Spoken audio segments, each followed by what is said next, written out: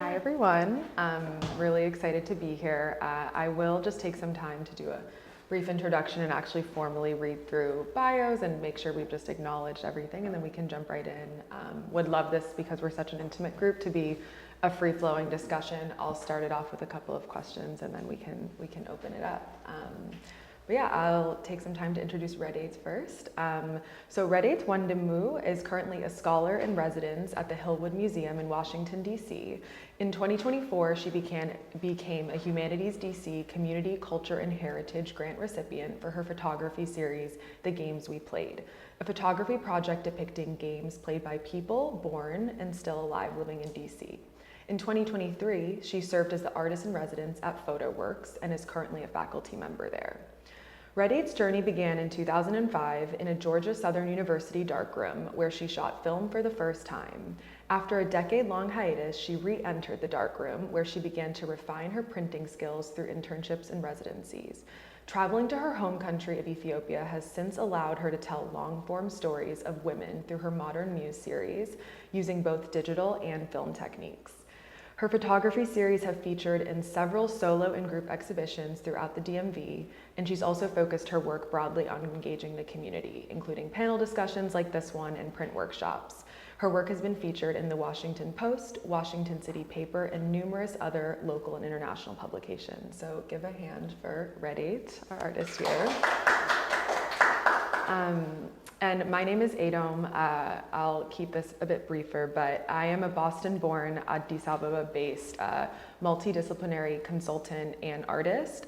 My background is in anthropology, geography, and public health, but I've recently transitioned to sort of more artist support, storytelling at the intersection of multiple spaces, including health, gender equity, all of that. And so outside of creating some of my own visual and sound art, I really do enjoy curating experiences like this show and supporting artists and dear friends like Redeat. And so really happy to be here and be in the US sort of working for the first time in a while. And yeah, I wanted to ask to sort of kick us off, and before that, just to acknowledge sort of the space we're in. We are at Hillyer Gallery with Tim Brown, the gallery director, Cassandra Bartlett, who's the lead gallery assistant, who did a lot of the sort of lighting and helping us install the space. A sponsor of Hillyer, the DC Commission on the Arts and Humanities, and then an intern that's been working really close with us, Rachel van der Linden, who couldn't be here today, but huge role in all of the work that Redeat does and putting this space together. And any other volunteers that have helped along the way, so thank you so much for that. I just kind of want to open it up. Is this anyone's first time in Hillyer and seeing these works in this space? Okay, great. And I'll turn it over to you. Everybody's been asking how we know each other, so maybe do you want to do the honors of that short story? Yeah, you have to remind me what year it was, maybe 4 years or 3 years ago, maybe 4. I moved to Addis wanting to start and kind of continue this photography project, and there's a women's space, it's art space, but it's also like 2 of our friends that have a shop that sell work that is done by women, and also their artists, their work as well. And that place had become this like hub that we just like meet up. I think it was like every Thursday. We connected there, and just really loved what she sings. She's an amazing musician, and I just like been in her presence doing that, and just like really loved what she did there. We connected even stronger and did a sort of intimate show at a friend's house where she did a music piece, I did sort of an art show, and then another friend DJ'd. And it was really great. If anybody is familiar with Addis, there's a lot of power outage that happened. And I think that bonded us like... We had to get a generator the day of the show, and somehow made that work. So. Right, and then again last year, she said, you know what, I want to come alongside of you and be part of your artist residency show.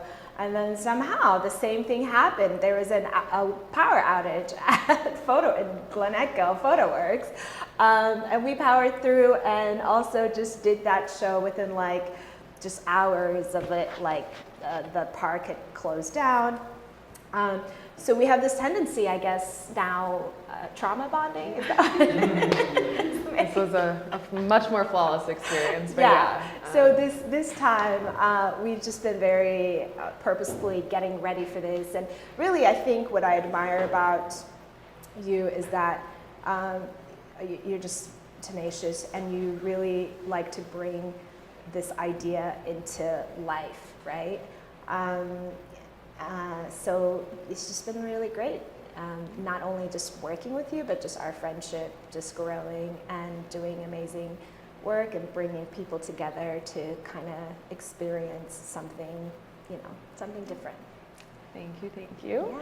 Yeah. So I'll kick it off again with a few questions and then we'll open the space back up. But I just want to ask, and I've been meaning to, we've been running around all since last weekend, but how does it feel to be sitting in this room with 6 of you looking at you? Like, I think this must be a moment. And so just a few of the emotions. What are you feeling? Yeah, definitely weird, right? 6 of me watching me. But a great feeling, right? I like being on this side of it because the preparation, we'll probably get into that later on. It was a lot of work. It was physically taxing and just, a lot of anxiety to make sure these prints kind of don't get damaged and stuff like that. So I think now that they're up, people have experienced them during the opening, they're staring at me. It's such a great feeling, really. I feel, I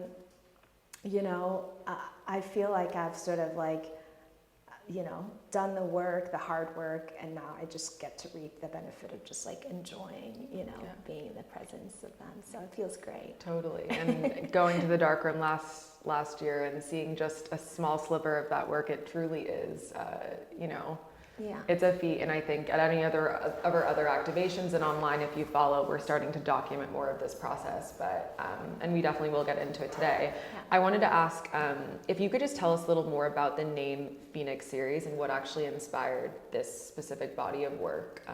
Yeah. So for me, like I tend to work with series. Like I make up series for my photography project. It keeps me organized. I think I was never really good at having just like going out and shooting and then just having like different things. Like I think for me, I like to compartmentalize my work.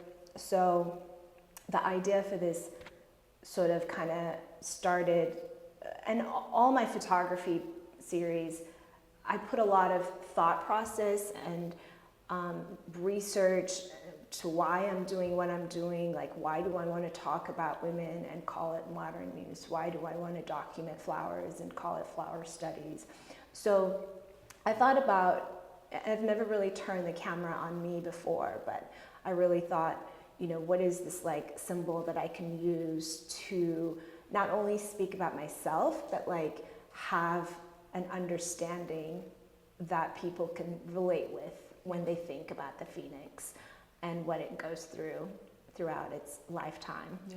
And then becoming new after a sort of, like death experience, essentially, right? Being transformed and renewed into this fire. So I really just thought the Phoenix bird was like the best symbolic thing that I can use to title my photo series.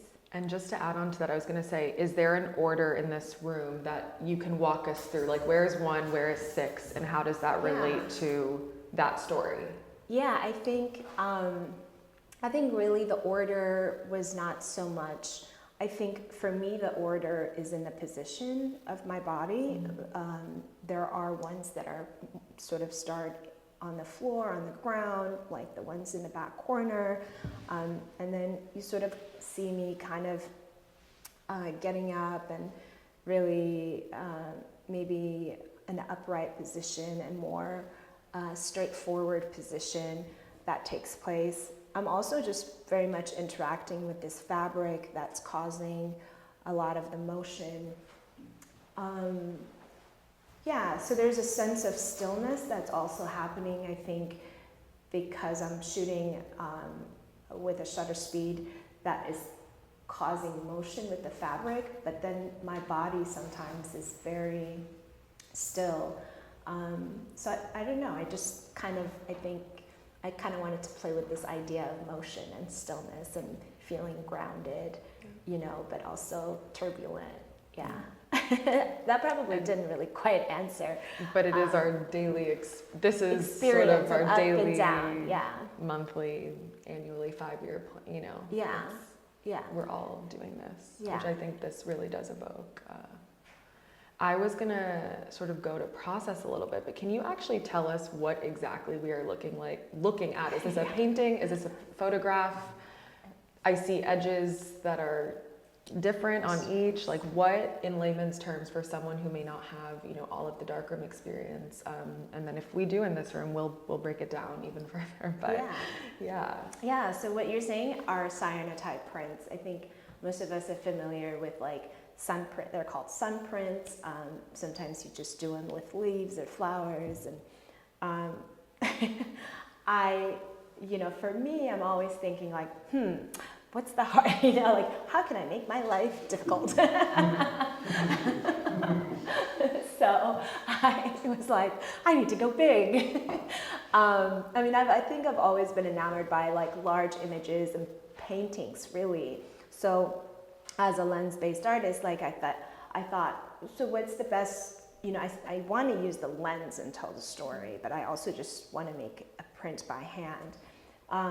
And from my research, the idea to do this project with a cyanotype, with the type of solution is what's causing the blue. Some people ask me, why don't you do black and white? I can't. So the solution itself is blue. When it makes contact with the paper, it's actually green. And I don't know if later on we'll go through the process, or should I just go ahead? Feel free to. That was my next question. A lot of your previous work was black and white, and so you kind of you're answering both in one. But feel free. Right. Yeah. So cyanotype solution, there's two types, and get a little nerdy with you all. The two types, and the type of blue that you see here, which in tonality I think has the best expression. I just really enjoy I really like how deep the blues are, and then even in the whites you can still see details in the whites. So for me, making this cyanotype solution from scratch was what was going to get me this type of solution. The other was to mix two types of solution, but it doesn't render this type of blue.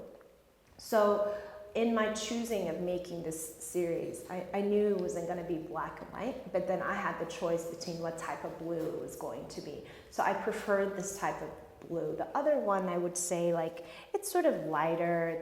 It doesn't really express the depth, I feel like, as this type of solution. So I make the solution from scratch. It's almost like you're in chemistry class and mixing chemicals like that are poisonous to get this, and I make it in batch. It's printed on watercolor paper that's like really heavy. It's like 300 grams. So when I go through the process of washing it, I wash this print for like an hour to get all the chemicals out, it still can withstand that sort of pressure. So just like any sort of contact printing, I use a digital negative to make the image. I'm part of this process, like from beginning to end. Obviously, it's a self-portrait, so I'm setting up my studio to take my self-portrait, which was done with just one light coming from above me.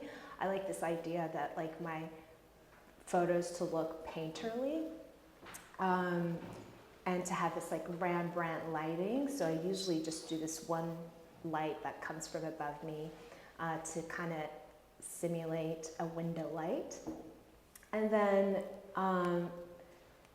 and then I take that digital, was shot digitally, I turn it into a negative. There's a lot of test prints, if you saw coming in, the smaller prints are my artist proofs. That's how I start this large print. If you know darkroom, you know that you have to do test prints before you do large prints. And then once that's successful, I go large. And then I make the contact print. Basically, I coat the paper with the solution, let it dry. Once it's dried, put my negative on top of it. And then I use UV light to expose it.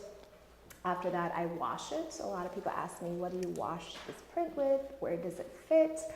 And I use a kiddie pool to do that. That's the best solution that I've found.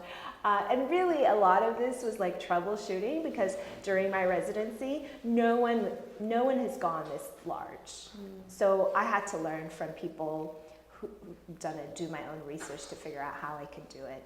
So, and then the end product is you dry it by hanging it just like a wet cloth for like 24 hours, and you get a print. So I think I made it sound like, 3 minutes of conversation, but it takes days, a lot of heartburn. I was going to say, we're looking at our 10 days per print. Exactly, 10 per, and I think I underestimated that, because really, I think it was like 15 to 20 days, because I don't do one and finish it. I do one, I'm doing test strips, you know, and then I do a big one. Oh, to expose it also, it takes me like about 20 minutes of just like holding a UV light. I could do it outside, but the sun is unpredictable, so I have to use a UV light, which I have to like carry back and forth.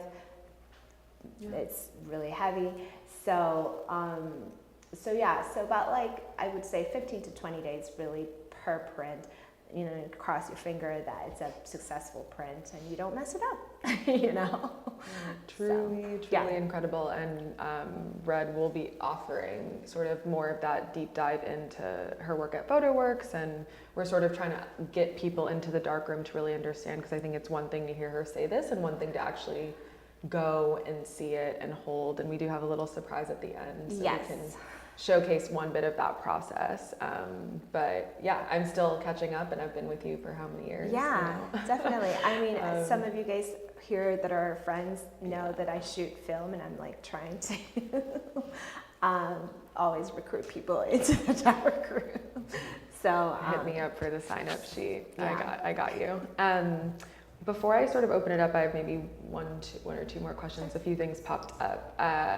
In terms of your Modern Muse series, I know that you talked a little bit about that, and for context, this is, and I'll let you say more, but a long-form photography series telling the stories and visual stories of women across Ethiopia. Those, I believe, are silver gelatin prints. Yes. Is there not? Yeah. So wanted to get into, I think, you know, how you're feeling now and how you see your bodies of work continuing with the different reagents, like what has actually been an easier versus harder versus communicating the message or not. So that sort of, how do you see your path expanding? But then a little bit more about, what the differences were in sort of capturing those stories of others and those of yourselves. And did you deviate in process in any way? Like, what has Modern Muse taught you about this work, and how do you want to move forward? Yeah, I feel like that was like 5 Sorry, questions. I do that. Okay, so you just got to keep me in check to make sure that I answer all of them. But they're really great questions. I mean, before I started to photograph myself, really, I was just comfortable photographing other women, like other people, women portraits, and that was my comfort zone there, right? And also just like part of the Modern Muse series is like not only photographing them, but like really getting to know them and help them understand who I am as an artist, because I wanted to do it for 10 years. So I'm like, I'm gonna come and ask you to do this every year. So there's a lot of vulnerability. They're also opening up to me what life is like in Ethiopia. Just very things that might make them vulnerable, right? Like, or cause a certain thing for them to open up, right, to a photographer, and then for them to agree, like, I can share this story. So there's a lot of that happening, and I think for me, I had to ask, like, I'm asking them to be vulnerable and to like open up, not only about their stories, but like even the way I would cloth them, or I would cloth them. I don't know if that was like dress them or something, or undress them for that matter, right? It was a lot that I was asking, right? And I was also coming into Ethiopia where things are more of like, you either do fashion photography or you're doing like commercial photography, and I'm asking them to photograph them for none of those reasons, right? I'm like, I want to know your story, so 10 years from now we have like a collection of your photos, and then we can understand what life was like for women during this time, right? Collectively, what that would look like. So they had to trust me. There was a lot of conversations that we had. I don't ever start my photographing them without this time of just like talking over tea, over coffee. And then once that happens, I photograph them, and then I go again and again to do that. So I think for me, that's when it sort of started. Really, actually, my first self-portrait was in Ethiopia, actually. And I don't think I've shared those a whole lot because I didn't have anyone to photograph. I came to Ethiopia, I moved to Ethiopia, and I thought, these are my people. They're gonna say yes to me. They're gonna understand me. And no one really kind of did. Like, they were like, who are you? Are you a wedding photographer? Are you? You know? Makes sense. Makes What? sense. You know, I'm like, why don't you take wedding photography photographs so, you know, you can make money? And I was like, no, I'm not. I want to tell stories through my, you know. And then I also am taking it with film, like, and you're not gonna see it right away. So saying a lot of weird things, essentially. So they couldn't, you know what I mean? Building trust took time. Yeah. Even with our people. Yeah. 100%. So then that's when I started to photograph myself, because I didn't have anyone to photograph. I think that kind of happened also during the pandemic, where I was like, couldn't photograph anybody. So I started to again turn the camera on myself and really be vulnerable and photograph myself, just not looking my best also, right? And sharing this work. And I think out of those preparation, this body of work sort of came together. So yeah, it's definitely prepared me, I think, to make this photo series, for sure. And for those of you who don't know, as a part of our opening weekend program, we got a chance to actually go to Hillwood and see her studio here in DC and see some of the artist proofs, prints, and talk about where you're going. And so heard a lot of cool things. I'm not going to try and paraphrase, but you know, this, I think the size and the self-portraiture are two standouts of how you've changed. But how do you see your printing work, whether it's other reagents, other materials, sizes, dimensions? Like, what are your plans for the future? And yeah, you can say anything about that. I will continue to make my life harder in the darkroom. I definitely want to print large, continue to do that. I think as much as you're seeing this, like, actually my favorite agent is platinum palladium, which if any of you have seen, it has like the best tonality in terms of print, and it's also the most archival type of printing that you do. I would love to scale larger with platinum palladium, but it's just expensive and very temperamental. So I'm doing that work right now.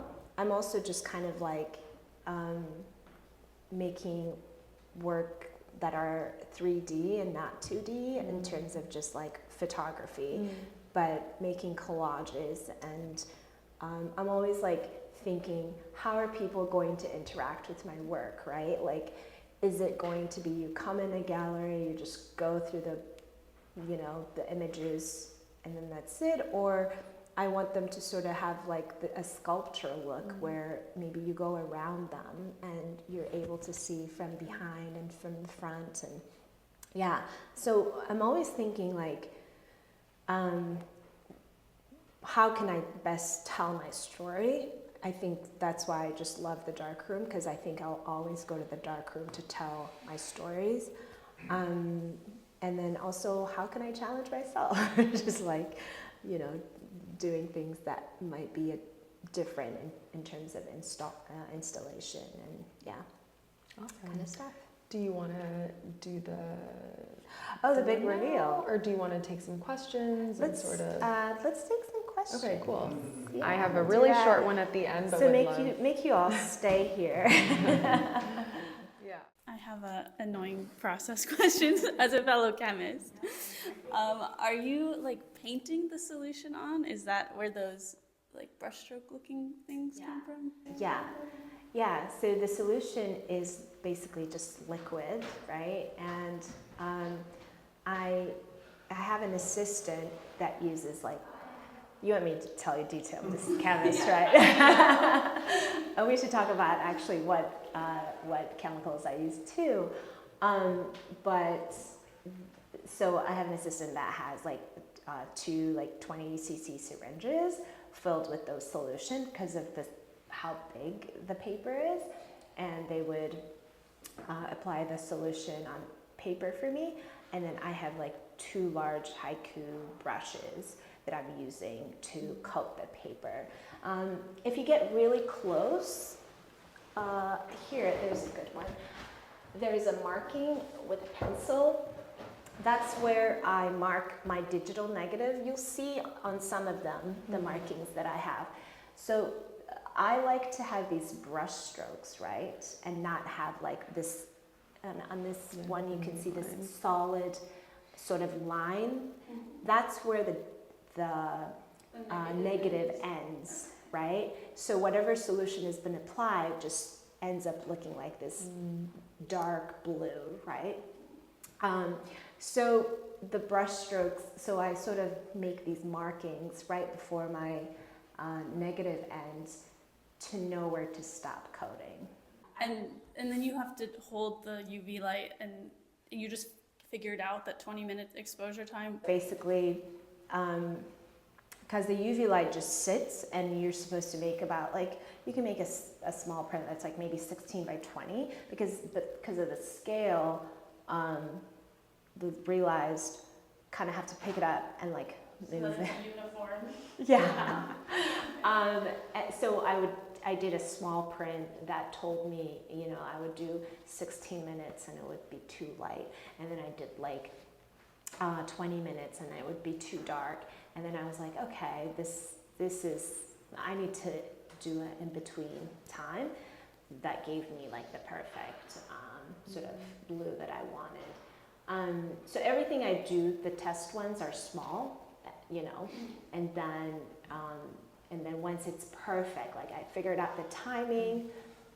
Also, if you want me to talk about the digital negative, which you'll see later on, the digital negative, we have to go back and forth in Photoshop to make these curves for any Photoshop people here.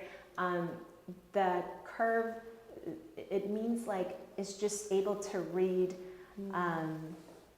and like have information from the photo that could be rendered on the negative. So it sort of has to be like based on the type of paper I'm using, based on the type of chemical solution that I'm using, based on the UV light. And if anything, any of those change, I also have to go and change that negative. And I'll show you what I mean by that later on. But there's a lot of testing that happens, and really that's what's taking a long time. And there's not like a developer, a separate chemical developer, it's just the... That's a great question. So I develop it in 10% muriatic acid. It's basically what you would use for pool. And then after like 15 minutes in the muriatic acid, like you, and also like I have an assistant there. We are both wearing gloves and kind of dipping it, you know, so like my hands are burning sometimes. It's like, I would not suggest this, even I would not wish it on my enemies. It's very much like, and then you just need someone to help you that just kind of like knows this thing. So it's kind of great that the people that help me kind of know what to do, what to expect. Because like one little mistake, like even the wrong way of holding the paper and you can tear it up or something like that. And then the final wash is like I just submerge it in water and then I just run like a bath to wash it. And it's like washing it and then also like draining the water. So there's new solution that's happening. Like new water that's sort of like washing. And then you also have to time it, because if you leave it there for too long, it could just wash away like most of the blues. So that's about like an hour there.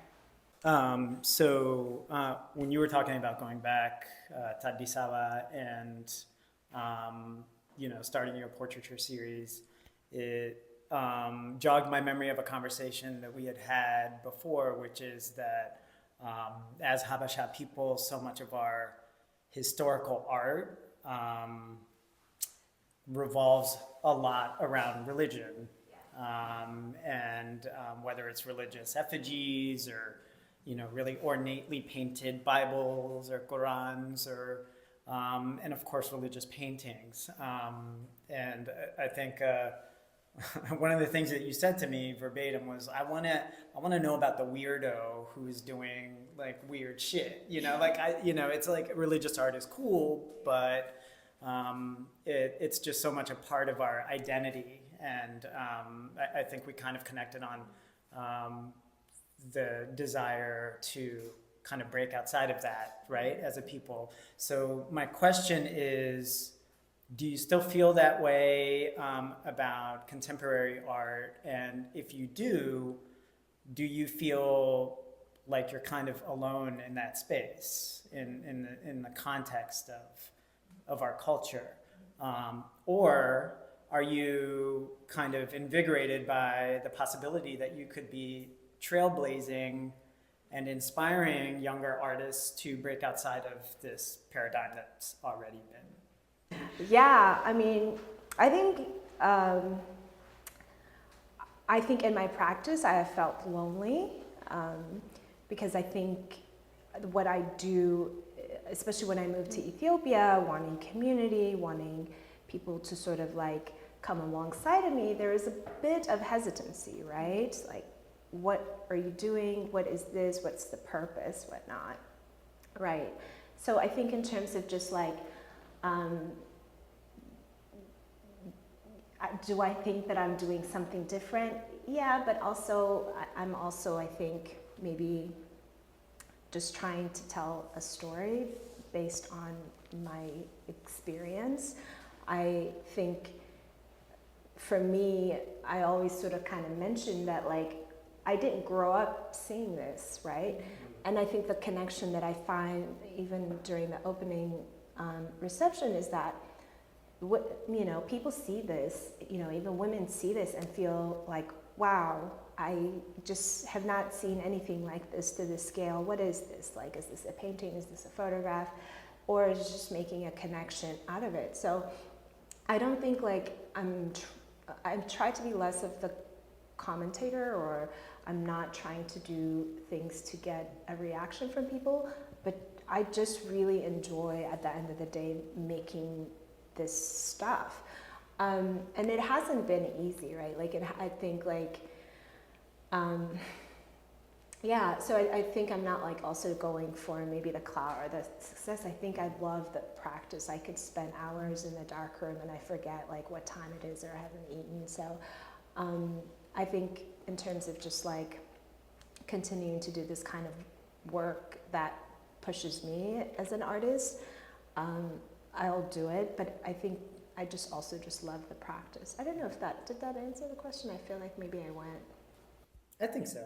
Yeah. Yeah.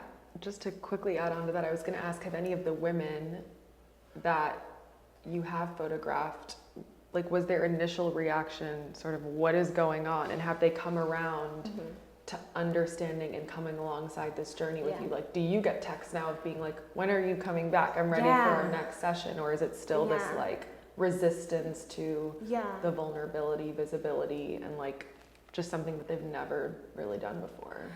Yeah, I mean, there's definitely those messages that I get. When are you coming back next? I think there's more openness. I think people understand now what I'm trying to do versus like maybe 5 years ago, or, a while ago when I started. So the understanding helps, the sharing, the support that I get from you all, like, it just really matters, because I think people are understanding who I am as an artist, right? I'm creating art through my camera as opposed to, and making it by hand, and what that entails, that this is not like a quick result that you get. And also just through my fellowship and through this residency and grant, like they're giving me time to develop my work, whereas they understand that I can't make work in a month or 3 months. I just like need an extended time to. So yeah, I think slowly I'm getting people in my bandwagon. Like people are like joining my bandwagon and understanding, okay, this is what she does. We're gonna give her time. Let her, yeah. So I think the understanding is following, but it's because of the practice that I'm like, I know me, I'm safe at who I am as an artist. It might take you a while to understand and join this, but I think people are understanding and are becoming more and more supportive of it. So, yeah. Yeah, I'm just interested in your thought process and how you evolve through the project. Like, do you work backwards from the concept and then make it happen? Or do these like prints evolve as you work through them? Like you print and then does the final product, how much deviation is there from your initial thought process to what you're presenting today? And how much do they change as you work through the printing and the process to tell the final message? Yeah. So I am obsessive about my work as a photographer because it's more like it starts with a concept. It might start with an idea also. Sometimes I'm like, enough ideas, please, because then I have to, see it to come to fruition, and that's like a lot of time and a lot of work. So it all starts with a concept, and then I go to my sketchbook where I sketch out what I want. There's a lot of like maybe reading that happens, a lot of just like sketching and drawing things to see what happens, what agent should I use, what will best tell the story. Like for my Modern Muse series, I just thought like black and white silver gelatins do it justice, right? Like, would I love to scale large? Probably, but 15 by 15 was like a good size for me. I think most of you have seen those works. So for this work, it clicked that I wanted to do a self-portrait, but like not one image. Actually, here's a little secret. In totality, I wanted 7. 7 is a very, big thing in terms of, symbol, culture, but just in general too. And I think that's the one thing I deviated. It was a little secret that I am working on number 7. It's giving me pain in the dark room. So I was like, you know what, just be glad you have 6 that are complete, they're ready to go. So maybe in the future, if you stick around, come to my other shows, you'll see number 7. But I wanted these 7 figures doing different motions, right? And I think maybe when I came with the title, it was, it could have been maybe during the time that I was actually in this studio shooting, thinking like, what is the representation to this kind of movement? But a lot of it is a lot of thought process that happens before I do it. So before printing, I also had to figure like, where do I get this paper, right? Like, so this paper comes in a roll. So all of that is like a lot of thought process happens, and it's defined and perfected before I actually do the work. So I once it's done, it's because it's been in my mind like this, not because like somehow, if anything, I'm like, 7 would have been like perfect completion, but I'm happy with this too. Thank you. Thank you for speaking with us today. Thank you for moderating. A question on, you mentioned earlier, how should we be reading these in the series? And you had mentioned a little bit about, gesture being, to the ground to standing. And I might have also recalled that you mentioned the word emotion. These are stunning. And I'm wondering, what did it feel like to progress, or, with the cloth, how were you moving? What was the sort of dynamics that you wanted to bring to life? And where did that originate from, perhaps other muses, and sort of the transition from what they were bringing to your lens to now forwarding that through this series? Yeah, thank you for that question. I studied a lot of muses. When I say study, really, I should just relax and say, I love going to museums, I love going to galleries, I love seeing other people's painters actually just like inspire me. I find a lot in common with them, how they express emotions and use light.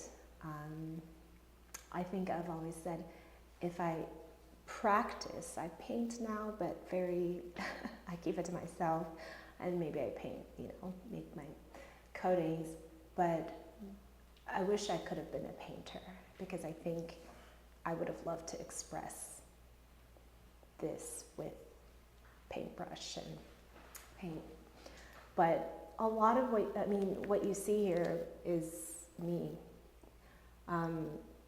Taking this, I was in the studio for maybe 3-4 hours, creating these gestures, these movements that were not like easy. It's like hard for even just for like my body to be moving this way, like to set up everything and to, and I think there's muses that I've seen in the past. I don't know, they stood in a regal way, or they sat in a regal way. Like, I think mostly men painted them, so they painted them how they wanted them to be, to sit, to relax, not to be like moving around causing turmoil. But this is like me, I think, saying that like, yes, I am the muse, but I'm moving and being still, and I'm showing a lot of me that, that was being very open, right? Even to show in this scale, it just like puts you in this vulnerable way. So, and I think blue also, just like the use of this blue for me is like, it's tranquil, like for my emotion, it just kind of like mellows me down a little bit. So I don't know, I think like symbolically, I just feel like I'm at rest. Like I feel like I captured what it's like to be me over the years, transforming into different people. When I talk to my friends and women, that's what I hear. Men too, right? Like there are seasons in our lives that we were sure about, and then that sort of ends and we become something, right? And that's okay. I think that's part of life and part of transforming, and we can have room for these changes without feeling like, oh my gosh, this part of me is ending. So yeah, for me to be able to like share this, I think in this way is like, it's just fantastic, and yeah. A lot of the large-scale pictures I've seen have been like landscape or people in landscape, but I think all of your work that I've seen has that very intense human connection. In most cases, people are, looking at you in the eye. Is that something you might explore later, or do you want to retain your focus on that intense human connection? Yeah, sometimes people ask me that, like, yeah, I mean, with this fellowship that I have at Hillwood, I think it allows me to like really get up close micro like photography of flowers, but also just pull back and just maybe wide shot of landscape. And they're very like open for me to just like explore. I like that. It just gives me an opportunity to just like breathe, relax, do what you want to do. But I'm right now thinking about like, how can I make a landscape print that is, for me, my end product will always be to print it in the darkroom somehow, and then to make like an installation of it. So now I'm thinking of like, whether it's close up or, you know, how can I make it like panoramic almost? And yeah, and people will be like, oh, this is one image that's like so large, but it's also it's a handmade photo. I'm thinking about, like, I feel like I photograph mostly women. A lot of people ask me, are you going to photograph men? I'm like, I have no problem photographing men, but I have to have a series. I have to have a reason to why. So I'm exploring that. Yeah, and I think for me, there's always a reason. Why am I going to do what I do? I think it helps me, you know, kind of gather my thoughts, so I'm not just like doing everything. And yeah, so maybe, right? And I'm always saying, like, grow with me, like, continue to be part of my life so you could see what I do like 10 years from now. Like, I think I put a huge pause in my life because I thought, you know, I should do the thing that our parents tell us to do. And then I realized who I am as an artist, and there's no shame in that, or there's no reason why I should be closeted about it. Like, and I've just been really sharing that, and it's been very liberating in so many levels. For most people, just being very honest with you guys here, it's such an intimate group. I've just been able to be a nurse that's like helped save lives, but in the same time, like, I feel like my photography has come to be used in a way that's like completely transformed someone's life. And to me, I'm like, I think images are powerful and they can change lives, and us using our camera to tell a story is as important as people in the medical field. That's just how I see it, because I've lived it, you know, and there's truth to it. So yeah, you'll continue to see me growing and doing things. So I guess my answer to that is stay around. Me too. Yeah, thanks. Are there any more questions? If not, I have a quick one. So I always love to ask this and end with this, but what is one small thing that each of us in this room can do to support your work? Yeah. Yeah, I think I just mentioned it, you know, like, yeah, grow with me. I think that's what I asked, is that, like, I'm in DC now. I'm full-time DC resident. But you need to be back in Addis, right? Back in Addis too. Well, yeah, so for those, you know, I go to Addis at least once or twice a year, and I haven't been back like in a year and a half or so. So I'd love to go back there, but share my work with your friends, come to my show, support me, you know, in however way that you can. But I think for me, I'm so grateful that you like took this time to be here even this Saturday. So very appreciative of all of that. This is so lovely. Thank you so much, Redeat, Yeah. for opening yourself and your heart to us. And yeah, we can't wait to see what you do. Yeah, I'm very grateful. I'm going to do my last show and tell before. I literally almost forgot. This is my last. Okay. Maybe I can get a volunteer. Okay, perfect. So you can hold that edge up there. Oh, this is my test negative, so it's okay that I'm holding it. Some of you are looking at me like, how can you hold it this way? All right. That's it. And you can guess which image this is. That one. Yeah. Whoa, that's so cool. Yeah. So that's it. That is cool. To make a digital negative this large, you need a really good image with a lot, like the best resolution shot, you know. because if I was trying to make something not only large, but like to print it on transparent paper and then to make contact print, it wouldn't render. Yeah. So you would want to do something like this if you use like a large format camera, or just like a really good camera that can retain a lot of information, essentially.